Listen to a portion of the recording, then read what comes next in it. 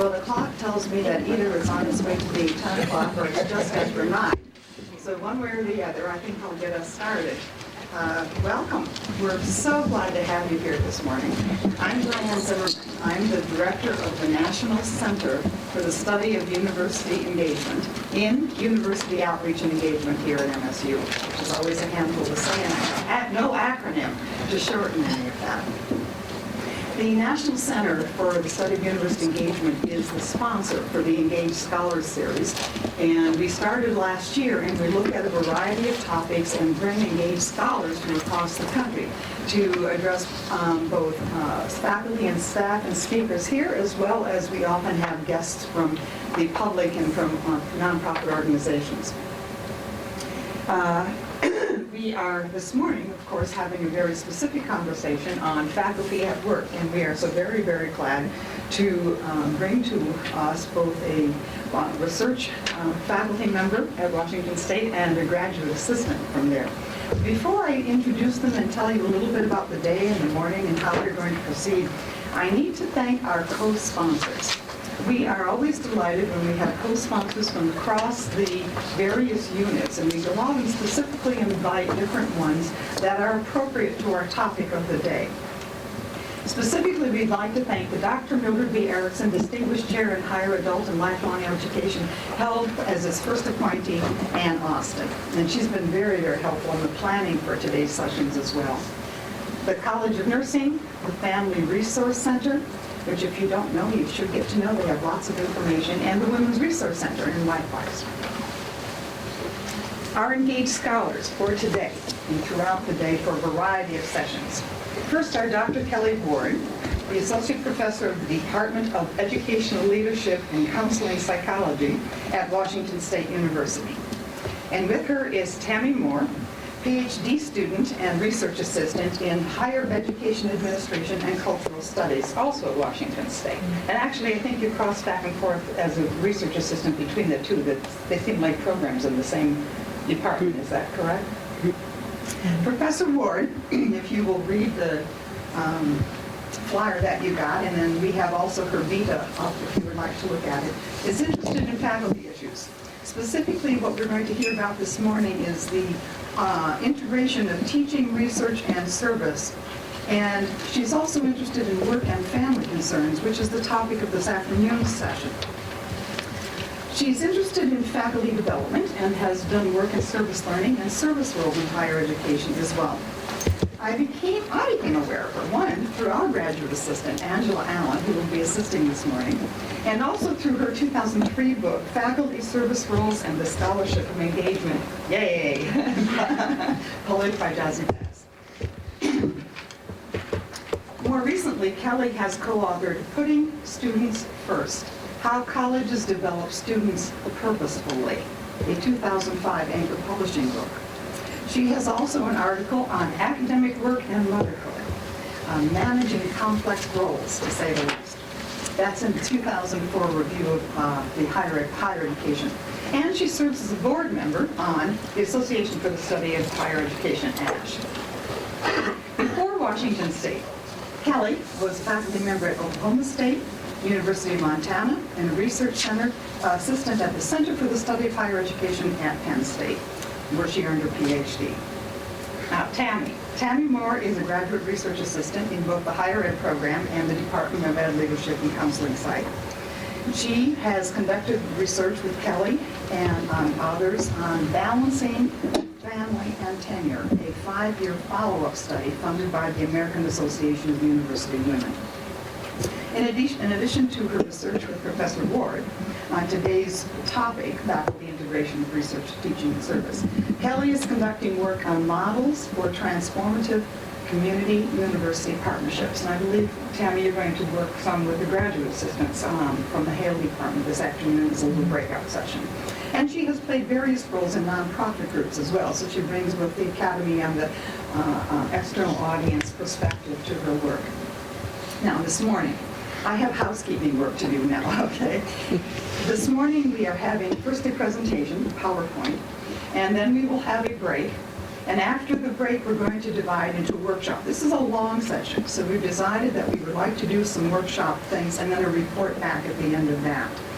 At the end of that, there is a lunch. I think many of you have already replied that you will be attending. I surely hope that you have. Just for, particularly for conversation with Hale students, Higher Adult and Lifelong Education Program students and faculty, with Kelly and Tami and any others of you that wish to join us. This afternoon, we'd like to invite you back for the afternoon session on work and family. And then there's a reception from 5 to 6. Now, the rooms have sort of changed, so watch where they are, and I'm sure that the handout in your packet now has the correct rooms, so follow those, please. And one last housekeeping. I think you should have gotten a parking pass. We go from the glorious and the elegant, don't we, to the very important and vague. If you go in and out, keep the parking pass, tell the gatekeeper that you are keeping it for the day. It is an all day long one, so you don't need to keep turning it in and getting a new one. All right, we would like to start. I want to thank you so much, both Kelly and Tami, for joining us. We so enjoyed the Engaged Scholar Series, and we are so looking forward to hearing what you have to teach us and then what we can learn together in our workshop sessions. Great, thanks. Well, thanks for having me. It's nice to be here. When you're in the area of higher education, the Michigan State program is one of fame and glory, so it's nice to be here with colleagues from Michigan State and just to come to the campus. And yesterday, in an unsolicited conversation, I was talking to one of my colleagues who is at Washington State. He works for the Center for Bridging the Digital Divide, and he was on his way to Mississippi to give a talk about workforce development in the South. And so he asked me where I was going, and I said I was coming to Michigan State. And he said, I think Michigan State is one of the top land-grant universities, and I think they really take seriously their service and outreach mission. And he didn't even know I was coming here to give a talk on the topic, so I said, good answer, that's what I'm talking about. So I thought you should know that the campus is really known for that, and he's not in a person who studies and thinks about engagement per se. He really comes at that from a perspective of sociology and from a perspective of technology and workforce development. So I wanted to point that out. So I thought that was an appropriate comment from him. So I wanted to start by, why are we here? About one of the things that Diane didn't mention in my introduction, at the University of Montana, I worked as the director of service learning, and I also worked with Campus Compact there. Is everybody familiar with Campus Compact? It's a consortium of presidents. That's always one of my barometers of how far we've come with regard to service, if people know what Campus Compact is. It's a 20-year-old organization. It's a consortium of presidents who have pledged themselves to further advancing and re-enlivening the mission of service on college campuses. And so my first job after graduate school was doing faculty development for the newly formed Montana Campus Compact. And so one of the things I did in that position is drove around Montana, which is a very big and beautiful state. So I would go from campus to campus and talk to faculty, talk to students, talk to administrators about how they might incorporate service learning onto their campus, how they might think about community-based research and that type of thing. And one of the things I would start out a lot of times saying is, when I say service, what comes to mind? And inevitably people would say committee work. And I'm like, no, we want to think about service in a different way. So, and also as a student of higher education, when I thought about the history of higher education, I thought, service is not something new. In the early 90s, we really were talking about service and service learning as something brand new and different in higher education. And still now, a lot of times when I go and I give talks and I talk to faculty, when I say service in terms of teaching, research, and service, they don't really think of public service, community service, outreach, engagement. They still think of it as something that you do in terms of shared governance to help the university run. And that was one of my motivations for, I wasn't really bringing this book as sort of shameless self-promotion, but I will, because I think it's an underutilized resource. And one of the reasons I wrote this book is because I really felt like how we talked about service was really underdeveloped, and that we had not been talking about it in what I thought were the most expansive ways to really think about how to connect campus and communities through community service, and for faculty to think about their jobs in those regards. And I still think we have work to do in that, so that when we talk to faculty members and we say, what is it that you do, that they actually think of their work in integrated ways, and also think of what they do being relevant to the community. So that was one of the motivations for getting involved in the project that we're going to talk about today, was to find out how it is that faculty, people who think about their work with a community backdrop in ways that integrates teaching, research, and service, that we don't think about teaching, research, service, and then community service as something else to do, but ways that we can integrate that. And I know that when I used to talk to people about doing service learning and being involved in community-oriented projects, people would say, oh, not another thing. We have too many things going on. We can't keep adding things to our plate. And I really had thought, and I still really strongly believe this, is that if we think about community as a backdrop to our work, we're actually not adding another thing. So that community service is not a fourth category per se, but it's actually a way to integrate the other aspects of what it is that faculty do. One of the other reasons, motivations for getting involved in this project, is a way to advance the scholarship related to outreach and engagement.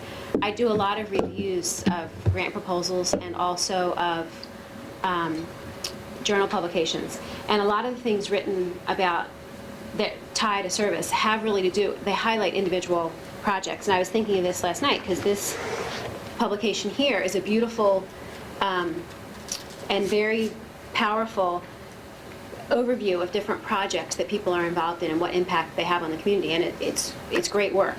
But one of the things we don't have is sort of a macro picture. So if we put together all these different projects, how is it that this involvement in the community is changing how we think about faculty work? Is it changing institutions?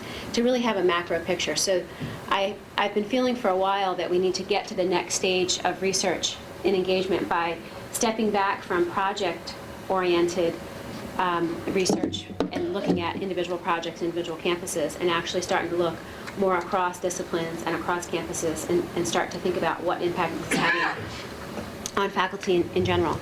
And if we want to have engagement in community service as something that we talk about in sort of a normalized way, and it seems like at Michigan State that's more the case, and I think it's a sign of progress that my colleague yesterday said Michigan State really has it going on with regard to service. But nationally, that's not necessarily the case. It also really varies by discipline. In certain disciplines, you say service learning, you say community-based research, and that's not something that they're interested in at all, or that they know much about. So my hope is in engaging in this project and projects like these, that we can start to have community work be sort of a normal part of how we talk about faculty work, instead of it being something that you have to spend a lot of time explaining. And I think the way that we can get there is by doing more research that has more of a macro kind of picture.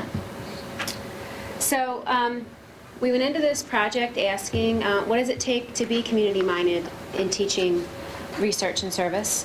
And then also, in light of traditional notions of scholarship, how is it that faculty reconcile work they do in the community and also institutional expectations for promotion and tenure and for faculty work?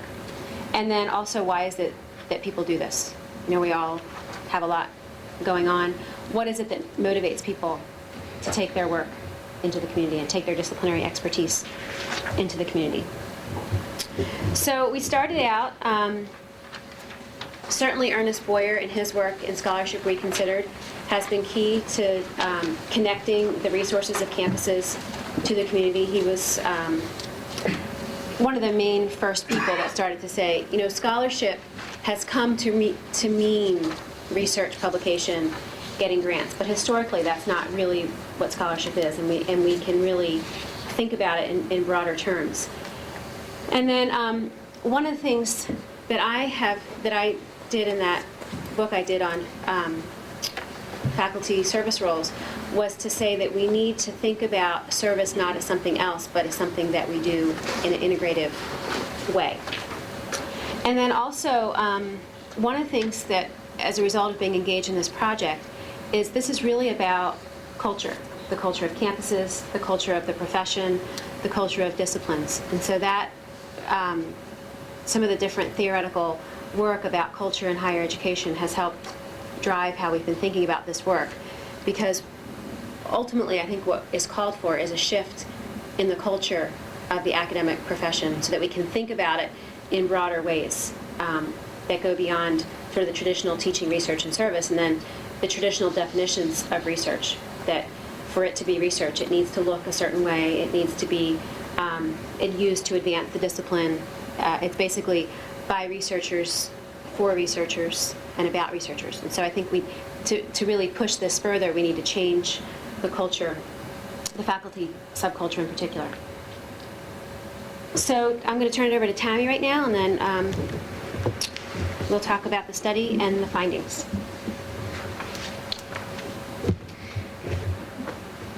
We put together a study that is qualitative in nature, and I was thinking about this earlier. We followed a protocol that put together or started with ethnographic interviews, and then it dawned on me that the majority of our interviews were done on the telephone, so it might be more accurate to say that it's somewhat of a modified ethnographic interview. I did spend some time on the websites of the folks who are the participants in our study to try to get a sense of their institution as the context for their work, and that was one of the questions that we asked. But I wanted to acknowledge that I didn't go spend time with 25 people, so I can't report to you a fully ethnographic presentation of their experience.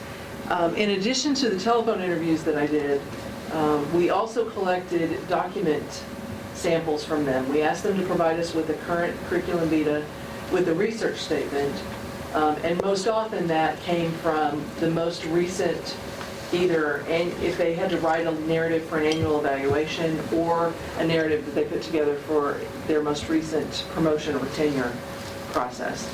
And then the final thing that we collected from them was we asked for an example of their scholarship that they felt was representative of the integrated approach that they were taking.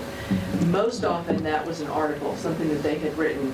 There are people who participated in this study whose scholarly work is not necessarily an article. It's something more along the line of a creative piece. We had a couple of folks in design fields who said, well, look, I don't write about what I do.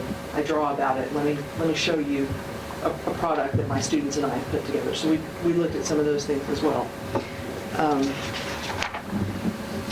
There were, as I said, there were 25 participants in this study. 23 of them were tenure-line faculty members, and then 2 people had teaching faculty appointments that were not tenure track.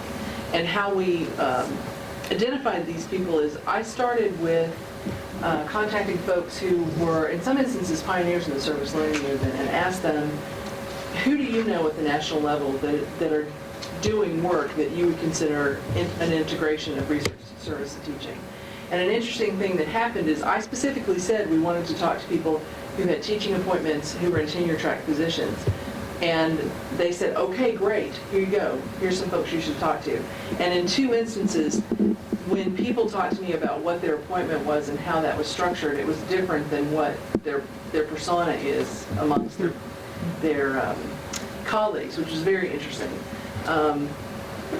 They were all at research institutions.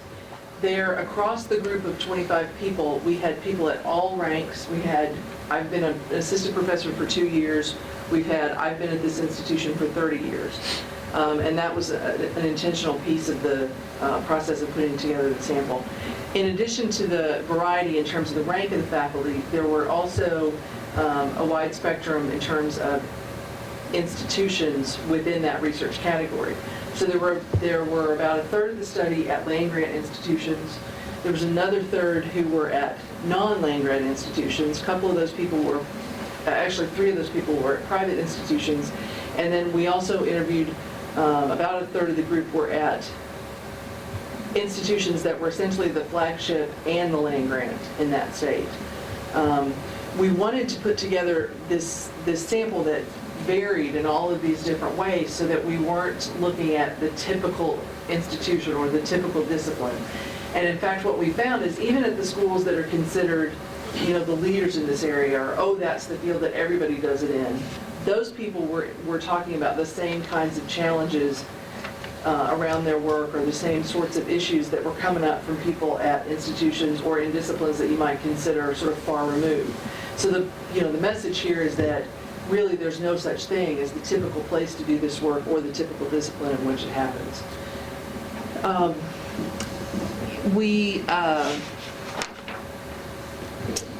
talked to people specifically who included service learning or some kind of experiential learning in their teaching. So the other piece that came out, both as we put together the sample and in the analysis, is that frequently you'll see there's a discussion of service learning, because that's an important piece of how we found the people and what they were doing. In terms of the analysis, the way it worked is that first we constructed portraits of each individual participant, so 25 of those, using portraiture methodology that some of you may be familiar with. It's the work of Sarah Lightfoot. Lawrence Lightfoot. Lawrence Lightfoot. I always get her name in the wrong one. And so those portraits were constructed by doing a constant comparison method analysis of the transcripts, the very verbatim transcripts of the interviews, and then looking also at the documentary evidence that we collected to begin to get something that, to begin to pull together portraits, as I said, of each of those participants, to look at the themes across what they were saying in their interviews, as well as how they wrote about the work that they were doing. The codes that we identified in the constant comparison approach to that data analysis were then used to recode all of this data and identify the themes in that data. So the themes that we are going to talk about today are what came out of this analysis process. And I want to talk to you about the first two of them. So across our study, there were 4 themes that we heard people talking consistently about, and really strongly across everyone's transcripts. We heard people talking about reclaiming the role of educator. So really not conceptualizing themselves as researchers. People talked about what they did in a more educative sense, rather than this is the research that I do. And I'll talk to you a little bit more about how that played out in a second. This is also very clearly work that people are passionate about.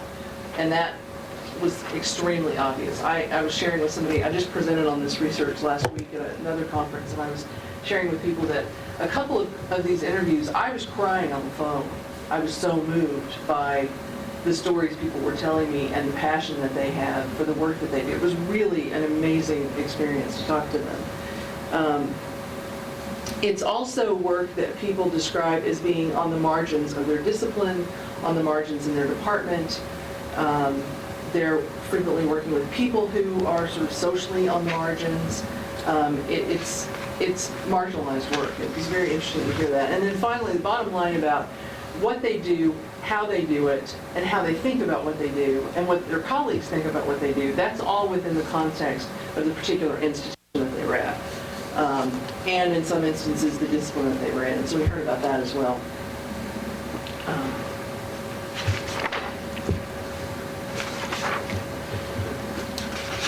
So I was mentioning to you earlier that there was a really clear sense that our participants are reconceptualizing their work as academics and really thinking of themselves as educators. So for example, one person said to me, my primary role is as an educator. I mean, that was page 1 of the transcript, that's what this person said. And another one explained it this way. What she said is that really, my work in the community is education. When I think about how I do my work, I feel that a huge part of my job is as an outreach person is as a design educator. So this community involvement then feeds into this larger view of gathering information through the research process or whatever the scholarly work is that the person does in that particular field, and then in sharing it back out with the various stakeholders or constituents around the work that they're doing. One person talked to us about their role, saying that, look, what I do is educate the decision makers. This person works in a context where they do a lot of policy work with people in state agencies. But very, very clearly how he talked about it was that this was an education process. And what he said to me about that was that the university owes the communities around it to be partners, because the things that we learn on campus, we've got to translate to them outside. It's not just what we learn in our labs. It's not just technology transfer and engineers selling patents to the outside and developing new equipment. It's about the ideas.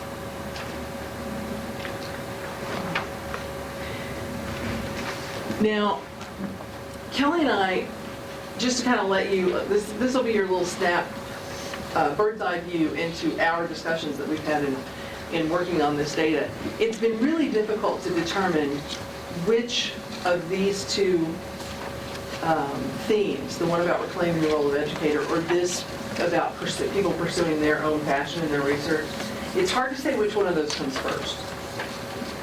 And it really does vary from one person to the next. The bottom line, though, is that the work that people are doing, it's really who they are. We hear them express it in a way that this is who I am as a person. One woman said to me, all the people who can do this are people who have a passion or have some other thing that motivates them. It might be a responsibility, a sense of giving back, a sense of citizenship, a need to connect resources with people. We're going to do it anyway, regardless. So regardless of what role, regardless of the institutional constraints, this is the work that we're passionate about, and it's the work that we're going to be doing.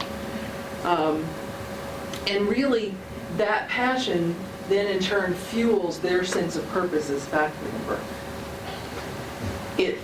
It's the thing that continues to motivate them in the face of whatever challenges there are, whether that's within their institutional context or in their individual work with communities or the time-consuming nature of the work. They're saying, it doesn't matter because this is so important to me. And most of them talked about this as the really compelling piece that brought them to the integration. So they said, another person said to me, and this is somebody late in her career reflecting back on when she came into her faculty role. She said, I knew I had to come up with a research agenda as a brand new teacher. And I wanted it to be an agenda that would be working in conjunction with community-based organizations, so that when I poured all my soul into this scholarship, as I had to do to get tenure, it would be something that somebody might be able to use.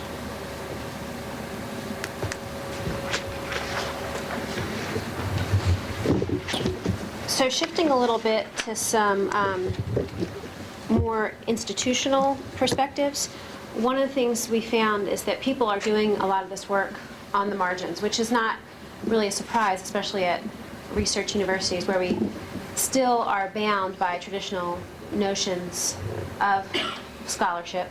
But people really, one person said to us, I'm a different animal. People don't know what to do with me. So it's not clear a lot of times how it is that we evaluate people's work in the community. And so people really saw they were working on the margins of their institutions and also the margins of the different definitions of teaching, research, and service. And on a lot of campuses, there are different forms that you have to fill out to document your annual progress, or at 2-year intervals, or for tenure at the larger tenure process interval. And a lot of times, if this work, it's hard to define, it's hard to categorize where the community work is. So if you're involved in a community project and you produce a publication on that, you can categorize it there. But a lot of times it was hard to clearly to document this work because of how it did exist in the margins. And also, a lot of people, I hear all the time that community problems happen in interdisciplinary ways, that we can't really say that if we're talking about something like poverty or housing, that really cuts across a lot of different issues. There's a planning aspect to housing, there's an architectural aspect to planning, there's a sociological aspect to that. so that this work happens in interdisciplinary ways. And I know most campuses are thinking in interdisciplinary ways, and certainly a lot of funding agencies are talking about things in interdisciplinary ways. However, most disciplines are still really bound in traditional ways of thinking, which was particularly problematic with regard to the external review process. So one person said to us, trying to find someone in my discipline who can understand what I'm doing with the community work is tough, just because there are so few engineers that do it. So, and the external review process is a really important part, in particular for people wanting to get tenure. One of the sort of sub-themes to this working on the margin is that a lot of times it's faculty who are marginalized, who are doing work that's marginalized, and then they're working with marginalized people in the community. That, after I was reading transcripts for a couple of days, that sort of went on in my head. And one of the things we have been finding out too, not really related to this project, but at some campuses that are really active in service learning, and if you talk to service learning directors, one of the things that we've been finding out is that a lot of times it's part-time faculty and clinical faculty who are really actively engaged in service learning, and that wasn't the case in this project, because we only talked to people who were in full-time and mostly tenure-track appointments. But it's a little troubling to think of that service learning and service work is being done by people who are not sort of at the center of the institution. So one of the things we also found out is getting grants. A lot of times the people that we talked to had been very successful in the grant writing process, which of course is a traditional marker of success, especially at a research university. So a lot of times it was the getting of grants that shifted people from the margin to the center, and it was sometimes through the grants too that they suddenly got the attention of the vice provost for research, the president, and so that a lot of times brought people into the fore. Although, as one person said, one of her colleagues was unhappy and had made it known to me that she was very unhappy that I was getting too much press. So there's a delicate balance with getting the attention that came with doing community-based work. So one of the other, these people are working within an institutional context, and they talked about working within the organizational boundaries, because what they're doing is not the coin of the realm. So again, if someone is moving along in their lab, they're getting grants, they're working with a lot of graduate students, postdocs, producing publications, that's the coin of the realm in a research university. So what these faculty members were doing, they viewed as not being that way, yet they were working within an organizational context. So one of the things they talked about is having to manage the tension between the traditional research expectations of the campus as well as the community focus, and how they went about doing that. And then there was also this, a lot of campuses are fixated on, how we rank, who we are, where we're headed, that type of thing. So people felt the need to produce, again, the traditional indicators of faculty productivity in addition to doing this community work. And I know that that's a real tension point for most faculty who are involved in community-based work, especially if you're a tenure-track faculty member who wants to become a tenured person, or also if you're an associate professor who wants to become a full professor. There is this call to produce those traditional kinds of things. And then also, one of the things that I thought was sort of interesting is the state imperatives that a lot of, especially public institutions, are aware of, and what the state needs. Either was a great way to validate what people were doing, because community work really makes public the work of the disciplines, which I think is one of the most important parts of it. So if it fit in with a particular state mandate, then it was really celebrated and highlighted and pointed out as a great way to connect campus resources with community and state needs in the tradition of a land-grant institution in particular. But also when faculty were involved in this work, it's very public, and if it didn't fit in with state needs, then people were a little concerned about, how do I do this work and be really public about it and get press, and what if it's not a popular or viewed as valid kind of work, needing to manage that tension. And one of the other big findings, and this is something that I know that I've personally been concerned about is faculty members that we interviewed talked about the power of one, and that particular presidents or provosts were very, very supportive of community-based initiatives. And what if that person leaves? What impact is that going to have? And on some campuses, that person had left. And how is it that this can get beyond being the initiative of one person, so that it's not so dictated by the president or the provost or a particular department chair or a particular dean, and that it really becomes part of the fabric of the institution? So people felt like they were really teetering on the edge of potentially this could suddenly become not such a good thing if the president left, or if my department chair left, who's very supportive and knows what I'm doing. So that it's still really a lot of times based in one person's support. And that also really tied into the reward structure, because a lot of times it's one person who's a champion who then in turn drives changes in the reward structure. So what are we to make of these findings? So we have this expanded notion of education and what it means to be an educator. It's driven by people's passion, that they would be doing this kind of work whether they were in a community agency or whether they're in a faculty position. And then, but the work is operating on the margins, and it's also operating within a traditional research context. So one of the things that we've been looking at is, again, using that cultural perspective. And clearly, if we look at society as a whole, there are, all the different calls for accountability and accreditation really want to see how is it that faculty work is applicable. So I think if we talk about culture and society as a whole, the time is now, so to speak, and that I think this is getting a lot of validation. And then also institutions. I mean, the institutional support at a place like Michigan State is really not a trivial type of thing. I mean, campuses are really grabbing onto this and saying, okay, they like to see that faculty are involved in the community.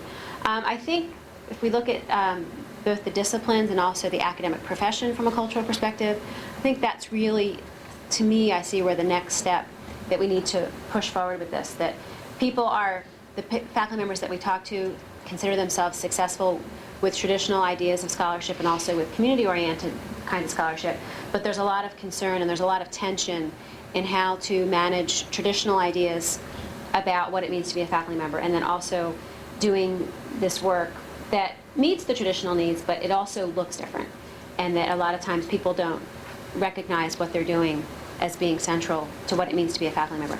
It's central to what the university views as part of their mission, but a lot of times at the disciplinary level and at the department level, which is where a person is recommended for merit raises, also where they are recommended for promotion, that's where I think the culture needs to shift. And in having conversations about this, what would it take for us to get there? And that's something that we want to do in our workshop session a little bit later this morning, is in terms of next steps, how is it that we can bring this kind of work more to the center of the institutions, and what is it going to take to shift the academic profession to recognize the kind of work that faculty do in the community in traditional ways and also non-traditional ways. So perhaps I think we've taken kind of a modernistic approach in the engagement movement, that it's another thing that we've been talking about, it's kind of another thing that we add to what faculty members are doing. And in some ways I think we could say we're making great progress and that campuses really have changed how they're thinking about faculty work. But I think in other ways, and one of the things I see from this research is that faculty are doing it not necessarily because of the institutional environment, but to a certain extent in spite of it, that it's really their personal passion that drives this. It's not necessarily the culture as a whole. So perhaps more postmodern definitions of, and I have students say, now, what would a postmodern university look like? And I'm not always sure what that would look like, but I think it does. What I see is that if we put the community work at the center and we view that as an educational process, then we might be able to think about the teaching that people do and the research that they do in a slightly different way, instead of saying that this community work sort of another aspect to what we do, which I think is a more modernistic way, a more rational way of approaching faculty incorporation of community into their work. So I just leave you with thinking about how that might look as we sort of continue on the conversation about having faculty involved in community and being community-minded about their work, how alternative perspectives on organizations might help us do that. And I think in the spirit of Boyer, he really thought a broadened vision of scholarship could help connect the resources of campuses with the needs of communities. And certainly the faculty members that we have talked to as a result of this project have taken that call passionately. And so I think new perspectives might encourage people. And I don't want this research to be that, well, these people are exemplars, and if you do what they do, then you can do it too. Because I think that can be helpful to provide portraits of how people do this, but I also want this to be a way to really shift thinking about the academic profession. So with that, we wanted to see if anybody has any questions before we transition into talking more specifically about different stakeholders and their involvement in community-based work. Of the folks you talked to, were they mostly people who seemed to be good at or excellent at sort of traditional faculty roles, and this work was what they did on top of it? Or was there anybody who really seemed to fully center, in a more sort of postmodern sense, this community work as the center of their academic career? And if so, third part, were they seen as successful departmentally? There was a pretty big range. I'm going to turn that question over to Tami. I mean, there was a big range of people in terms of where people were in their career and sort of coming in with this as a driving mission versus people who had sort of added this on as they went along the way, or as a result of seeing a particular need in the community, then they had to refocus. Or rethought their work. So, what I would say about that is, I would go back to what I was saying earlier about the fact that the way that we identify these participants is I asked service learning directors on particular campuses and people who have a nationalist perspective to help me identify folks. So very much the group is perceived by their peers as really centering the integration. It was interesting that maybe a third of them didn't specifically said, I don't really feel like I'm integrating. There are 6 or 7 people, 6 people in this group who have won national awards to recognize their work in this area. So that's an interesting, what people perceive you as doing and what you see yourself as doing are not necessarily the same thing. But there were several people, the last quote that I shared with you, the woman talking about, when I started, I knew I had to put together an agenda that would,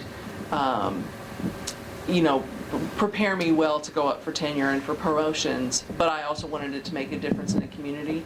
She was representative of several people in this study who really looked at how can what I do make a difference, and that sort of motivation then got linked with a real purposeful and intentional integration of their work. And I think that person in particular would be a good example of somebody who, she has another quote, there's another place in her transcript where she talks about, look, I've been given a distinguished chair in my school. And that she saw that as an example of how, she said, this is an example of how my college recognizes this crazy thing that I do. So there were a couple of people actually in the sample who were distinguished chairs. She earned one as she was recognized with one as she was going through.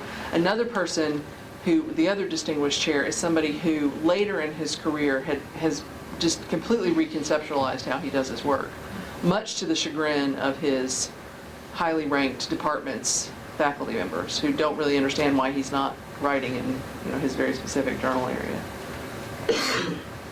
But certainly for the faculty members, especially involved in the tenure process, there is a tension between sort of doing what you have to do traditionally to get tenure and then doing this too, so that it looks like two parts of the research process.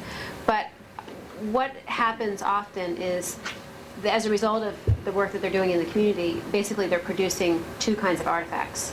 One that goes to the disciplinary journal, and then one that might be a report to a state agency. It might be presentations that they're doing to the local community organization, hearings that they're part of in the local community, so that the same source of data, so to speak, would be produced in both outlets, in traditional outlets and then community-oriented outlets. I'm wondering about what you think of the other critics of higher education. I think of people like Stanley Katz or Kate Stimson, who say that the big faculty problem at universities is the inattention to undergraduate teaching and neglect of liberal and general education.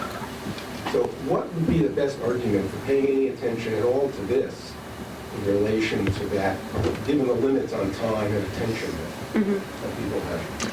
Actually, I'm curious, by the way, how many of the people you interviewed actually are active in the undergraduate curriculum, teaching general and liberal education programs, and what the choice to do one or the other says about their understanding of faculty work at research universities. I think this role of an educator, it's kind of interesting that you're asking that question, because when I was looking at the transcripts and thinking about this role of educator, I was actually quite pleased with how much these faculty members at research universities really saw that as a result of getting involved in the community, how it was really reframing their work with students, both undergraduate and graduate How many of them do students. teach in liberal and general education programs? How many teach undergraduate regularly? Particularly underclassmen, freshmen and sophomores. That's a critical part of understanding how they see faculty work, especially at research universities, where many people say, now that's the crucial problem in teaching and learning, not what people are doing off campus. I'd say that there are at least 2/3 of the people who regularly teach undergraduates. They're probably, and I didn't specifically ask at what level, I just asked them to tell me about their courses. So sometimes people would volunteer, this is a whatever level course. Probably 40% of them are teaching freshmen or sophomores. And the people who are not teaching undergraduates, all of them but about 2 are people who are teaching in programs that don't have undergraduate students in them. And then there was one person who talked about, who is in that situation. She has an appointment in a graduate school of education, and she said that she talked about that her colleagues are particularly, she didn't use the word frustrated, but she talked about making the decision and actively choosing to teach undergraduates where that was not an expectation of her Well, role that's that good she news. thought was What do important. you yourself think about the allocation of attention in this regard? I mean, where the action should be at research universities? Well, I mean, the one thing about this project is we're talking about teaching too, that this is not just changing how people do research, but it's also changing how they do teaching. Yeah, but if more than half of them are not in the undergraduate classroom, then it doesn't have any impact on what other critics of the university say is the primary problem. But if you look at the larger research about service learning Right. that is looking at, and service learning is being seen as one way to reframe the relationship between faculty and students and getting people involved in the community and to re-enliven the curriculum, I think that has very positive implications on that argument. So that this is not just changing how faculty think about research, but it's also changing how faculty think about teaching and the relationship with students. And I was just involved in a different project, and it was at liberal arts colleges, which I think is a little bit of a different relationship with regard to undergraduate students and their relationship with faculty. But there, a big finding in that project is getting off campus with students is what is making liberal education real. When you're out, and you're taking students on, and you're going on these weekend-long projects, or you're going on spring break and you're involved in a service project, that's really where the teaching and learning process is happening. So I think in that way, I think there's a lot of hope in this regard, and responding to how that work with undergraduate students can become exciting. And I think there's a real sense of looking at working with undergraduate students as a chore in a research university, and I think that's where that criticism comes from. And I think as a result of getting involved in this kind of work, students become involved in the research process. It changes their perspective on the discipline. So I think there's a lot of opportunity in this work as well. Good question. If you could speak to the academic disciplines that were represented in your study, and also the extent to which you see your findings being applicable to academic disciplines across universities. Well, we were very purposeful to incorporate people not from sort of what I think of as the typical and easy places to do this, social work, nursing, teaching. And so we were intentional about including a range. I was thinking that we should have actually had a slide on the disciplines they were in. So we had people from engineering. Do you want to talk about more of the breakdown of that? Engineering, architecture, law, landscape architecture, so some design fields, and a graphic designer, somebody who did, a couple of people who did urban and regional planning. Let's see, we said engineering. There were some people in education programs. There were historians.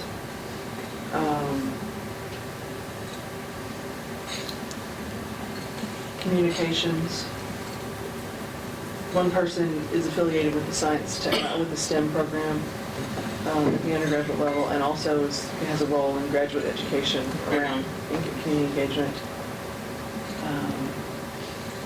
English, foreign languages and literature. I think that's it. And one of the things that we tried to do in putting together the list of participants was to, as much as I could, have more than one person in a discipline so that we weren't having somebody be the voice of whatever. And so we were able to do that to a certain extent. And then I think you also had a question about how these themes go across discipline. They absolutely do. I mean, we didn't see things spiking that was only applicable to whatever. And I think in certain disciplines, like engineering comes to mind in particular, where this is more of an anomaly, and the discipline as a whole. A lot of disciplines, through some of the work of Campus Compact and the American Association of Higher Education, God rest its soul, which is no longer in place, but they had worked with a lot of different disciplines, like the American Chemical Society, the Modern Language Association, the American Communications Association, the American Historical Association. They have actually come forward with sort of statements about outreach and engagement. So it hasn't been uncommon over the past 5 or 6 years that there be keynotes about this, or that there were statements that came forward about what does outreach look like? What's it look like with regard to teaching? What's it look like with regard to research? So I think that's taken hold. Like in communications right now, it's really part of the discourse in communication, more so than it is in engineering. So I think in that way, there is some variation by discipline in terms of how familiar it is, and do you have colleagues that understand it? Because there's a big concern with that, not just that I do it and that my department chair thinks it's good and that the president gave me an award, but also that there's national recognition. Because at research universities in particular, faculty members are not just members of a campus, they're members of a disciplinary culture. Yeah. Oh, go ahead. I have and this comes from my being new to the scholarship of engagement. What does engagement mean? How would you define it? I was going to ask you that, and then at the end of your presentation, you said connecting resources, the research of the campus, with the needs of communities. Is that what you see as engagement? Yes, I would define that. I mean, engagement, outreach, public service, I mean, a lot of these words are used interchangeably. I can refer you to my book, because I spent quite a bit of time in that book defining that. But I think engagement is a word that is used as a way to think broadly about engaging the resources of the community, or engaging the resources of the campus with the community. Which brings up the point in your little misstep right there. It seems like the flow is only in one direction. And that's what's concerning me as I'm listening. That it goes from the university as sort of the place with the knowledge, the font of sense and solution, to a place of need and reception.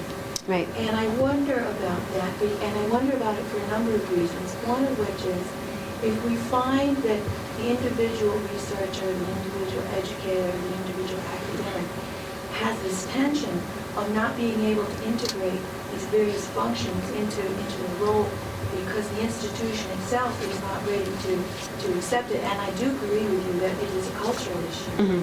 Then I think we need to alter also the idea that we learn from the community Right. and that people from those the community have a place in our university and Right. in our education. I would understand then that's what engaged learning is about, and that they have a place in designing not only some of the university standards, but also some of the standards for what promotion and what excellence really means.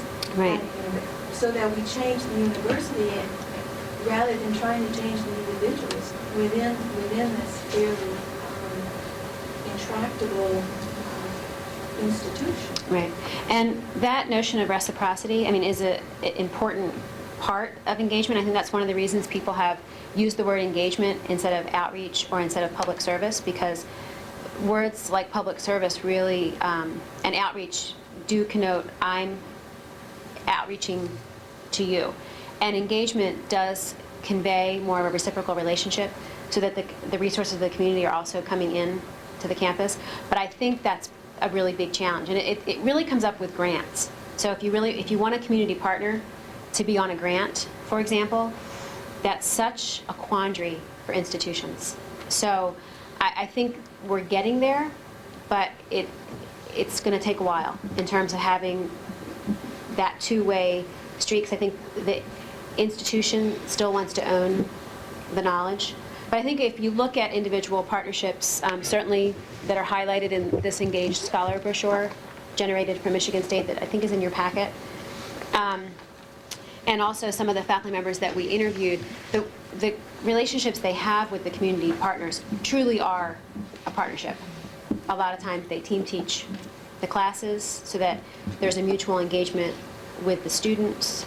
They meet in off-campus locations so that it does break down that barrier that exists between the traditional notion of town and gown.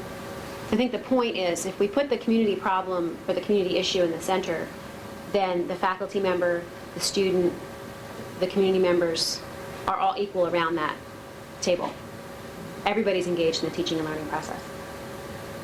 Did you have anything else you wanted to add to that? Yeah, Tami? I can add a couple things just in terms of references. You know, I mentioned earlier that I was just at this conference last week. And Nadine Cruz, who some of you may recognize as the former director of the Haas Public Service Center at Stanford, was our final keynote. And she talked specifically on this issue about, and the notion being the heart of higher education.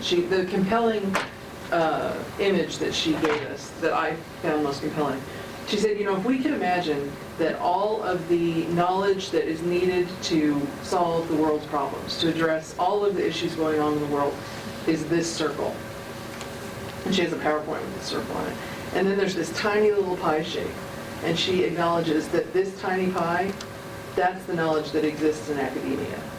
And that everything else is outside of that. And we talked about what all those things were. And then we talked about higher ed as, or the institutions of higher education as really having a role in replicating hierarchy and having some of those sorts of issues. And so you may find her work to be helpful as you think about this.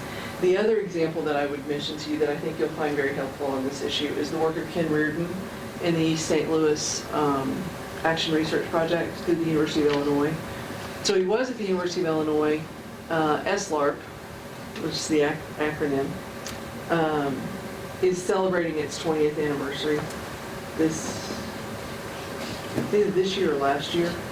And I also saw him speak, and he's currently involved with the Lower Ninth Ward in New Orleans, helping them with the rebuilding efforts. But what he talks about is that in the work in East St. Louis, that the thing that turned the corner for that partnership between the university and the community organizations was not action research, was not, you know, there were lots of sort of ideas about things that are traditionally thought of within the academy. But what happened was when they began to look at popular education models and some of the work that was done at the Highlander Center, or has been done at the Highlander Center, and Miles Horton and Paolo Freiri's work, and some of the direct organizing tactics, or I shouldn't call them tactics, but some of the direct organizing principles that are part of Saul Alinsky's work and his organizing in communities. And all of that gets directly at what you're saying, at valuing the knowledge in the community and really thinking of this is a partnership where everyone brings knowledge to the table, and all of that knowledge is what's necessary to do the work. And I did, today we focused really on sort of what are the themes across the interviews. In the individual interviews, I very much heard people talking about, this is what I bring to the table, this is what my community partners bring to the table, and we do this work together. I wouldn't say that that happened across the interviews, but there was a large portion of the people that we talked to whose focus is very much a social justice focus and very much see the work that they're doing as addressing power issues and making progressive change in communities. So it's happening. My question follows up on that. It's a good setup.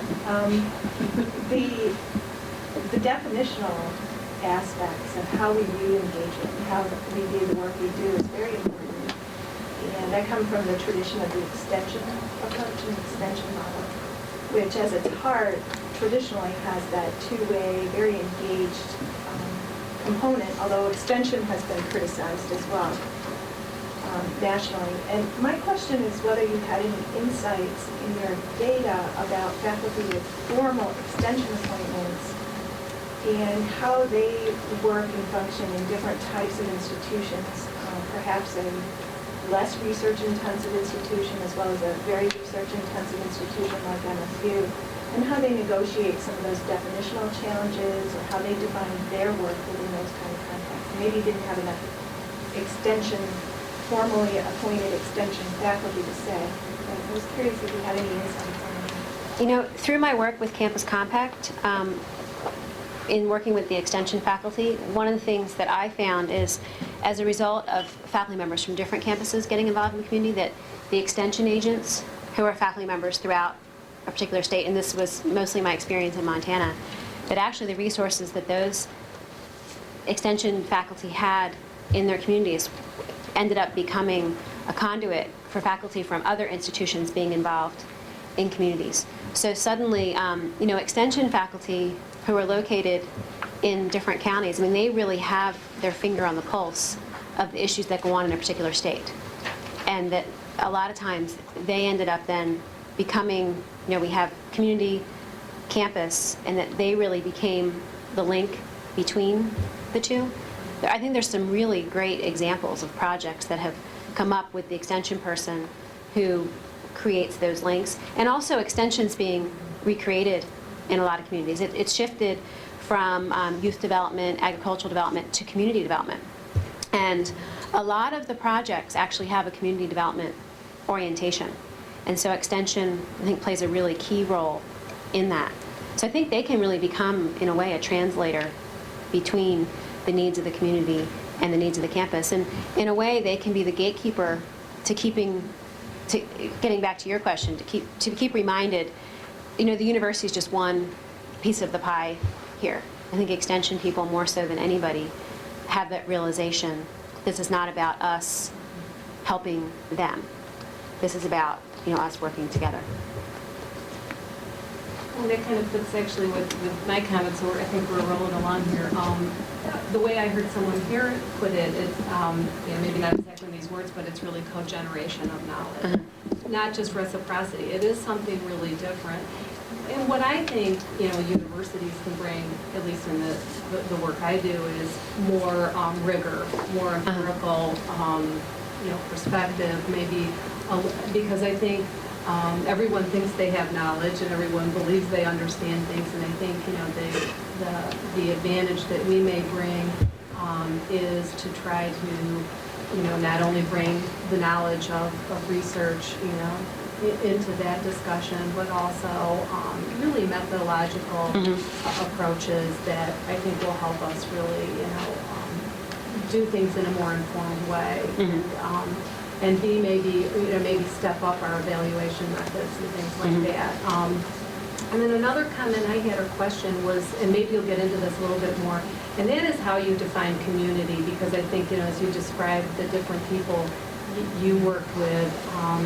You know, I think that's another area where, again, I think MSU is very good, and that is in terms of thinking of community in very broad terms. And sometimes it's the local community, sometimes it's the state, sometimes it's a community of interest, and that may be a national interest. Right?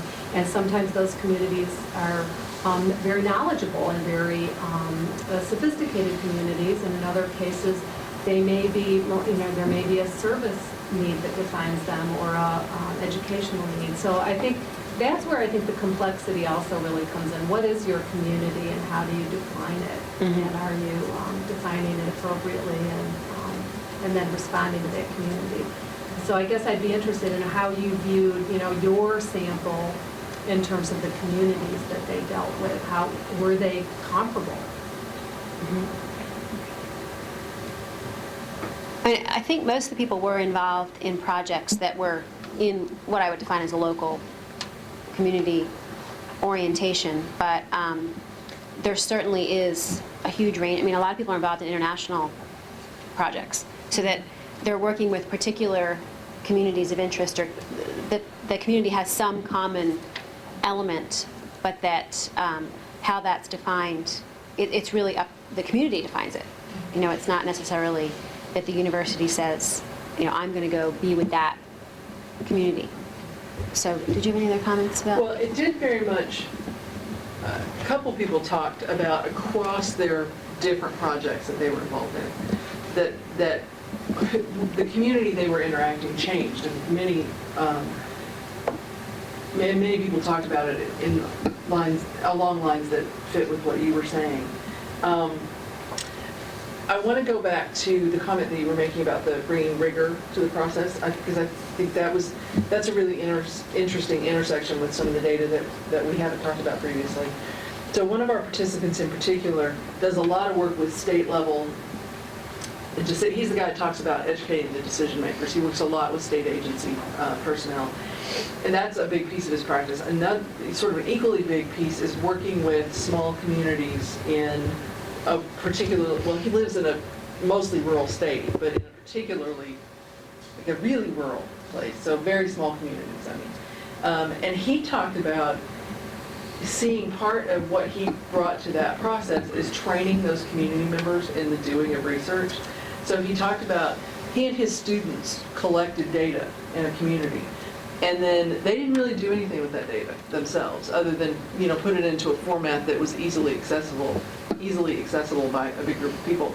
And then they took it back to a community meeting and put these charts of numbers and whatnot that they collected up on the screen, and then turned to the community and said, "You tell me what this means." And through a interactive process like that, sort of guided the discussion so that it had the rigor of an analysis that somebody in the academy would find appropriate, or that would stand up to peer review. But it was also a process where the community was learning to do that for themselves. And he specifically said, maybe I'm working myself out of a job here, but I think that's a good thing to do. And so he's a sort of a perfect example of how that happened. But there was a lot of, let's talk to our participants and have them help us make sense of this, so that it's meaningful, so that it's meaningful within that community context, and not just what I think as somebody who drives into town every other week or whatever. Okay, it's time for a refreshment break. So what we'd like to do is reconvene in 15 minutes, and when you come back, there's going to be table tents on the tables, looking at different perspectives. And so what we want to do is talk about engagement and this idea of integrating teaching, research, and service with a community backdrop. And we want to talk about that from different stakeholder perspectives. So if you will select a table to sit at in a table, either of what your own position is, or where you think you want to have a conversation about how to advance conversations about engagement for that particular group of people. So we'll take a break, and then when you come back, there'll be table tents on the tables. There are great snacks out in the hallway.